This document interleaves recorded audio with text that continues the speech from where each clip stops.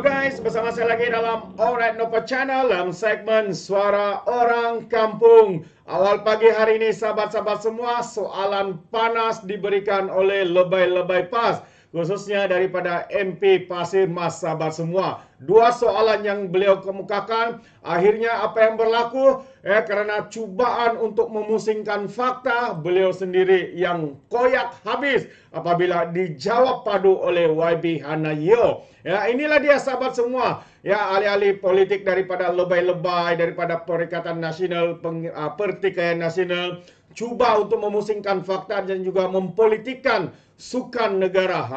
Atlet-atlet, kanonnya kegagalan dan sebagainya.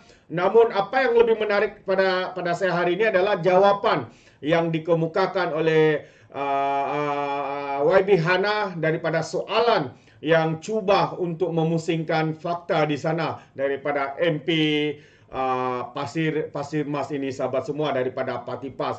Jadi menarik untuk kita kongsi bersama video ini. Ya, apa yang berlaku di Dewan Rakyat baru saja sebentar tadi. Jadi tanpa membuang masa, saya ingin membawa kita untuk menonton ya, dan juga mungkin Anda juga boleh menilai sendiri ya soalan polemik yang dikemukakan oleh lebay-lebay daripada PAS ini sahabat semua. Jadi tanpa membuang masa, mari kita tonton dan dengar sendiri. Terima kasih Kepada Petua. Sebelum itu saya ucapkan selamat datang rombongan daripada Majlis Sukan Negara, atlet-atlet Sukan C. Terima kasih Ya Berhormat Menteri sudi bawa adik-adik kita ini untuk berkenalan bersama dengan kita.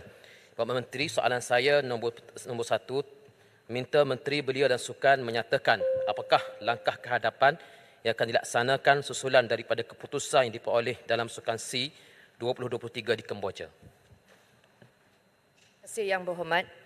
Tuan Yang di-Pertua, kita banyak melihat dan mendengar berita berkenaan pencapaian skuad pasukan kebangsaan dalam Tamasya Sukan C yang lalu, termasuk laporan positif dan negatif. Terima kasih saya ucapkan kepada Ahli Yang Berhormat kerana mengutarakan soalan ini bagi membolehkan perkara ini diulangi di dalam Dewan Rakyat dan direkodkan dalam Hansard. Pada pagi ini bersama-sama kita adalah sekumpulan atlet negara yang telah berhempas pulas mengharumkan nama negara pada Tamasya Sukan C Kemboja yang lepas. Mereka ini merupakan pemenang pingat emas, perak dan gangsa di Cambodia. Untuk makluman Ahli Yang Berhormat, Tamasya Sukan C ke-32 di Kemboja telah melibatkan penyertaan kontingen Malaysia seramai 674 atlet dan 312 pegawai termasuk sekretariat dan pasukan sokongan perubatan. Secara rasminya, kontingen Malaysia berjaya meraih 34 pingat emas, 45 perak iaitu 8 pingat tambahan dan 96 gangsa iaitu 32 pingat tambahan melebihi sasaran serta menduduki tangga ke-7 keseluruhan.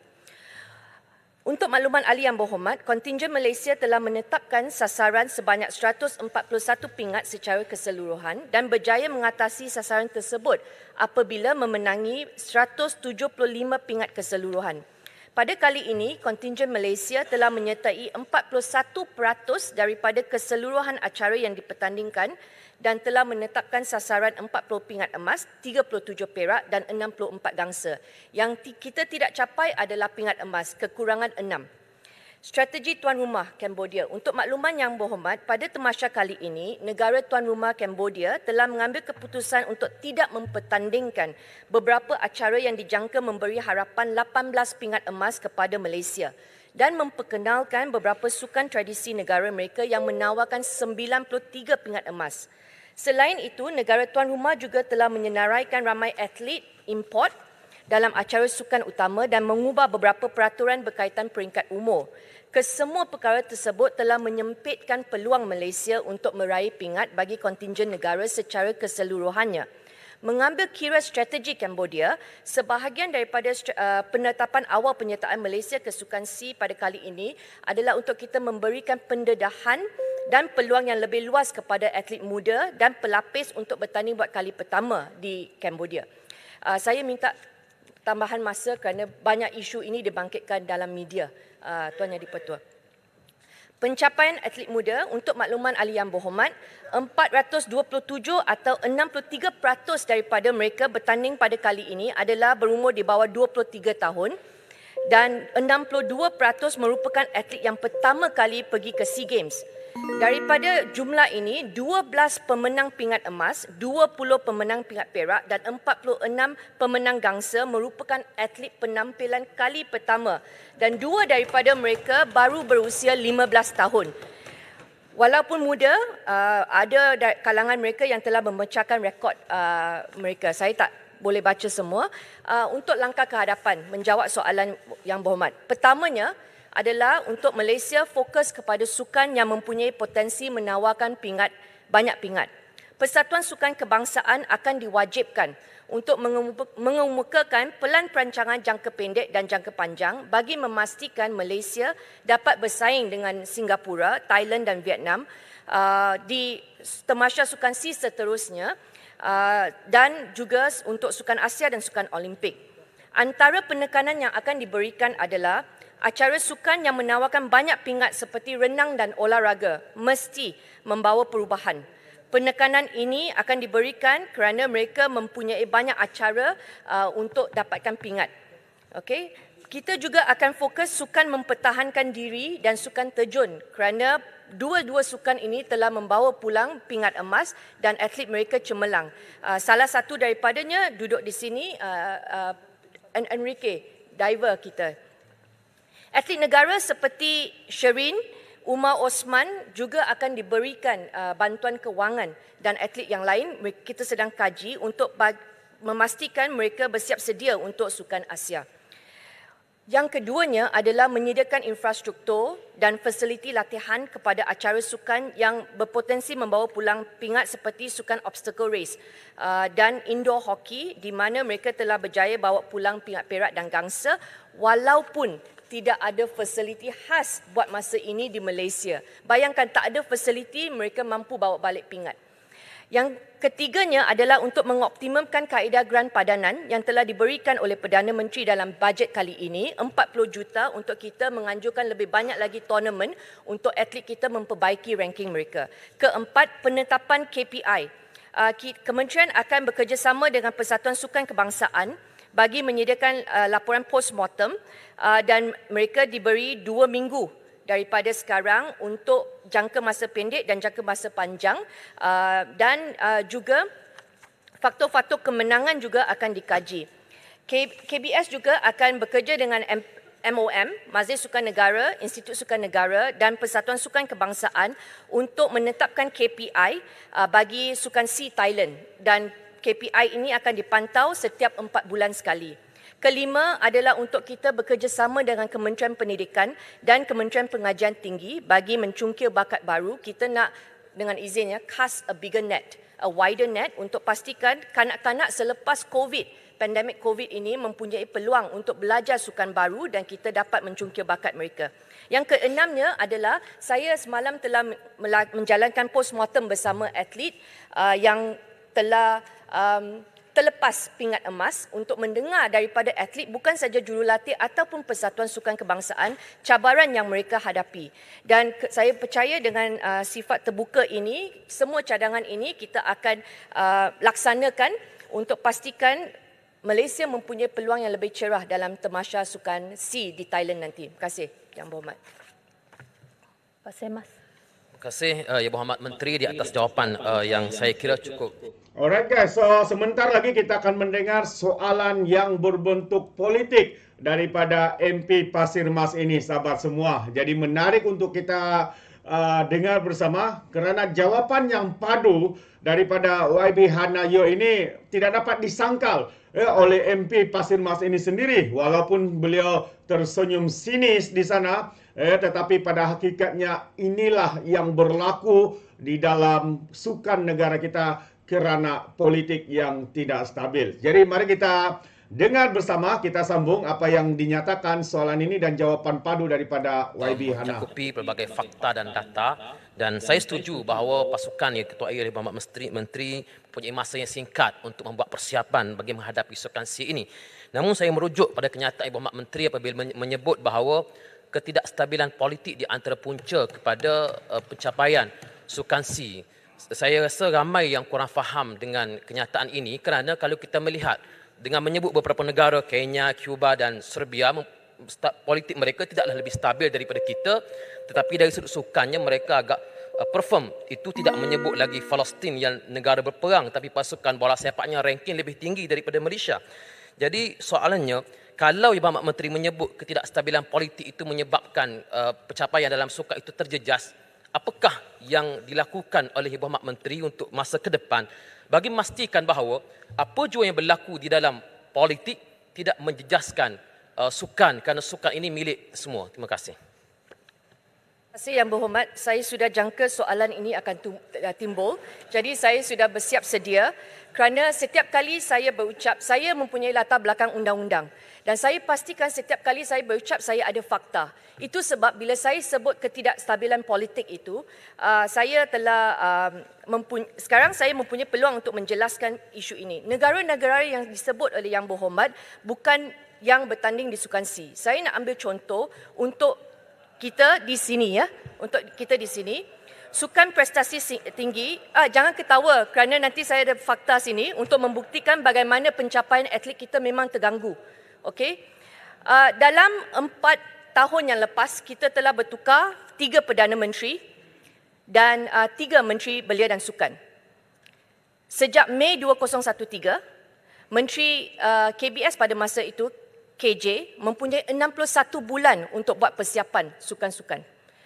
Julai 2018, Syed Saddiq mempunyai hanya 20 bulan untuk membuat persiapan sebelum langkah Sheraton berlaku. Kemudian Rizal Merican 18 bulan. Peja Faizal Azumu dengan izin 16 bulan. Dalam 4 tahun 3 menteri bertukar-tukar dan setiap kali kita bertukar ada penukaran board members dengan izin, budget juga dan fokus. Saya nak petik satu peristiwa sahaja khas ya untuk ini. Dalam butiran bajet 2022 yang dibentangkan pada Oktober 2021, tidak ada dinyatakan peruntukan yang diberikan untuk program podium bagi tahun 2022. Ini telah menyebabkan pihak Majlis Sukan Negara terpaksa menyusun semula program persediaan atlet ke arah tamasya sukan utama bagi tahun 2022, antaranya Sukan C Vietnam, Commonwealth Games, Birmingham Games, Asian Games dan untuk China. Untuk tahun ini Asia Games. Kesannya seramai 220 orang atlet tidak dapat meneruskan latihan memandangkan tiada peruntukan khusus diberikan untuk pelaksanaan program latihan senior di bawah program podium. Pada masa yang sama, MSN terpaksa mengagih dan menggunakan peruntukan dalaman bagi memastikan elang latihan atlet dan gaji jurulatih diteruskan tanpa penangguhan untuk tidak menjejaskan prestasi atlet yang sedang dalam latihan. Keadaan ini berlarutan bagi tempoh 2 bulan dari Januari hingga Februari 2022. Kementerian mengambil inisiatif memohon kepada Kabinet untuk mendapatkan peruntukan program podium dan telah dipersetujui di bawah rancangan Malaysia ke-12 sebanyak 240 juta dari tahun 2022 hingga 2025 iaitu 60 juta setahun pada 23 Februari 2022. Setiap kali kita ada perubahan seperti ini apabila ada elang tertangguh dan gaji jurulatih juga tertangguh kerana bajet ini tak ada. Okey, ini memberi kesan kepada latihan mereka kerana ada yang perlu ke luar negara dan saya ada bincang dengan atlet dan persatuan. Betul mereka menyatakan dalam 4 tahun ini sementara kita sibuk di sini berpolitik dan negara-negara jiran kita telah maju ke hadapan. Okey, untuk saya senang menjawab, saya boleh sahaja bagi semua beban jawapan dan alasan saya letak pada Persatuan Sukan Kebangsaan. Tapi saya percaya itu adalah tanggungjawab tindakan yang tidak bertanggungjawab kalau saya tidak menyebut bahawa keadaan politik di Malaysia juga telah memainkan peranan. Salah satu faktor, saya bukan kata semuanya adalah kerana ketidakstabilan politik, tetapi kita mesti memperakui dalam 4 tahun yang lepas selepas langkah Sheraton, memang ada banyak usaha yang kerajaan telah lakukan pada masa itu untuk membantu ekonomi, untuk membantu pendidikan. Semuanya terganggu kerana ketidakstabilan politik. Itu adalah fakta dan saya telah berikan dan direkodkan dalam Hansard. Terima kasih. Ahli-ahli yang berhormat, mengikut Peraturan Mesyuarat 24 A5, tempoh masa setiap pertanyaan menteri adalah dihadkan kepada 10 minit. Jadi soalan tambahan seterusnya, saya minta Yang Berhormat yang bertanya ringkaskan soalan dan Yang Berhormat Menteri ringkaskan jawapan. Saya jemput Yang Berhormat Muar. Terima kasih. Isu kesuntukan dana akan berterusan. Lazimnya Kementerian Belia dan Sukan ini akan jadi kementerian yang terakhir mendapat dana tambahan dan kementerian yang pertama ditolak dana apabila negara melalui situasi kegawatan ekonomi ataupun masa zaman pandemik. Persoalan saya, pada tahun 2019, selepas perundingan dibuat bersama dengan syarikat Coca-Cola, khususnya dengan Kementerian Kewangan yang berada di depan dengan saya ini, dengan Perdana Menteri pada masa tersebut, kerajaan telah pun bersetuju untuk menyalurkan dana khas RM30 juta setiap tahun melalui cukai gula yang diperkenalkan untuk memastikan bahawa KBS sentiasa ada dana yang khusus yang disalurkan untuk tujuan pembangunan sukan. Persoalan saya, selepas kerajaan bertukar, apa jadi kepada dana khas melalui cukai gula yang berjumlah RM30 juta setiap tahun ini? Terima kasih. Terima kasih Yang Berhormat Muar. Saya sebenarnya ada tanya mengenai dana-dana ini. Dan saya telah difahamkan selepas Yang Berhormat tidak lagi menjadi menteri, dana itu tidak disalurkan kerana itu berbentuk one-off sumbangan tersebut, cukai tersebut. Jadi kita sedang mencari usaha sekarang untuk membanyakkan lagi dana. Saya nak jawab sekejap saja Pasir Mas tadi, apakah langkah yang kita akan lakukan untuk pastikan ketidakstabilan politik ini tidak akan mengganggu prestasi atlet kita. Kita telah wujudkan Jawatankuasa Road to Gold dan kita telah masukkan bekas atlet Persatuan Sukan Kebangsaan dan juga administrator sukan yang berpengalaman untuk pastikan walaupun menteri berubah, kalau ada sekali lagi, tetapi saya percaya dengan majoriti kuat di Parlimen tidak akan berlaku dalam jangka masa 5 tahun ini. Kita boleh bekerjasama dengan Majlis Olimpik Malaysia, co-chair Olympic Council dan bersama-sama membina satu langkah 2 cycle Olimpik untuk bantu atlet kita berlatih dan mendapatkan infrastruktur yang mencukupi. Dengan adanya co-chair Majlis Olimpik Malaysia, walaupun tak ada menteri, jawatankuasa itu tetap boleh berjalan untuk pastikan tidak ada lagi gangguan kepada latihan atlet kita. Terima kasih.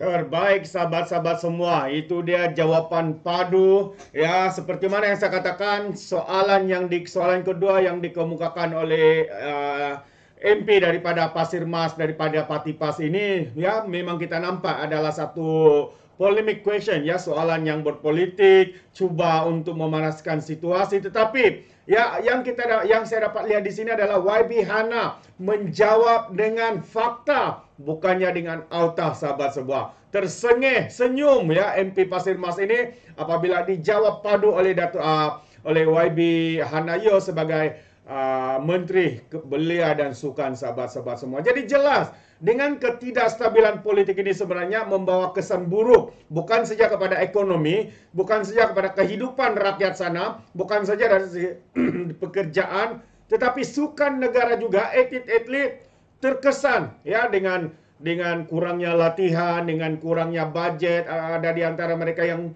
tidak dibayar gaji, allowance, sehingga mereka keluarkan duit sendiri untuk ya melakukan latihan karena tidak ada budget disediakan. Karena pada masa itu Kerajaan Perikatan Nasional sibuk dengan inisiatif-inisiatif lain yang ternyata inisiatif itu pun gagal dalam membawa negara kita keluar daripada kemelut kemelesetan, inflasi, harga yang meninggi, dan sekarang ini mereka cakap kerajaan hari ini gagal mengawal harga barang, sedangkan kita boleh lihat harga itu sudah mula terkawal. Telur pun tidak ada semasa dalam pertikaian nasional. Tapi apa yang mereka buat hari ini, mereka cuba mempertikaikan ya usaha-usaha atlet-atlet ya semasa Sukan C di Kambodia baru-baru ini. Terbaik daripada YB Hana, jawapan padu, dan inilah ya sikap tanggungjawab daripada Menteri YB Hana, Menteri Belia dan Sukan. Dan kita berharap semoga sukan negara menjadi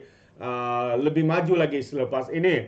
Jadi terima kasih sahabat semua. Sekiranya anda memberikan sebarang komen, anda boleh berikan komen dalam ruangan komen untuk pandangan pendapat anda. Tapi ingat, komen dengan cara berhemat, jangan menjadi seperti Warren Walaupun apabila memberikan komen penuh dengan hasutan, kebencian, fitnah melampau. Alright, jadi izinkan saya untuk mengundurkan diri dan seperti biasa, peribahasa mengatakan kapapun kangkap dua ton keinginan. Dalam bahasa Melayu, tepuk dadah, tanya selera. Sekian je daripada Alright Napa Channel. Kita berjumpa lagi dalam info dan update yang seterusnya. Sekian, bye-bye.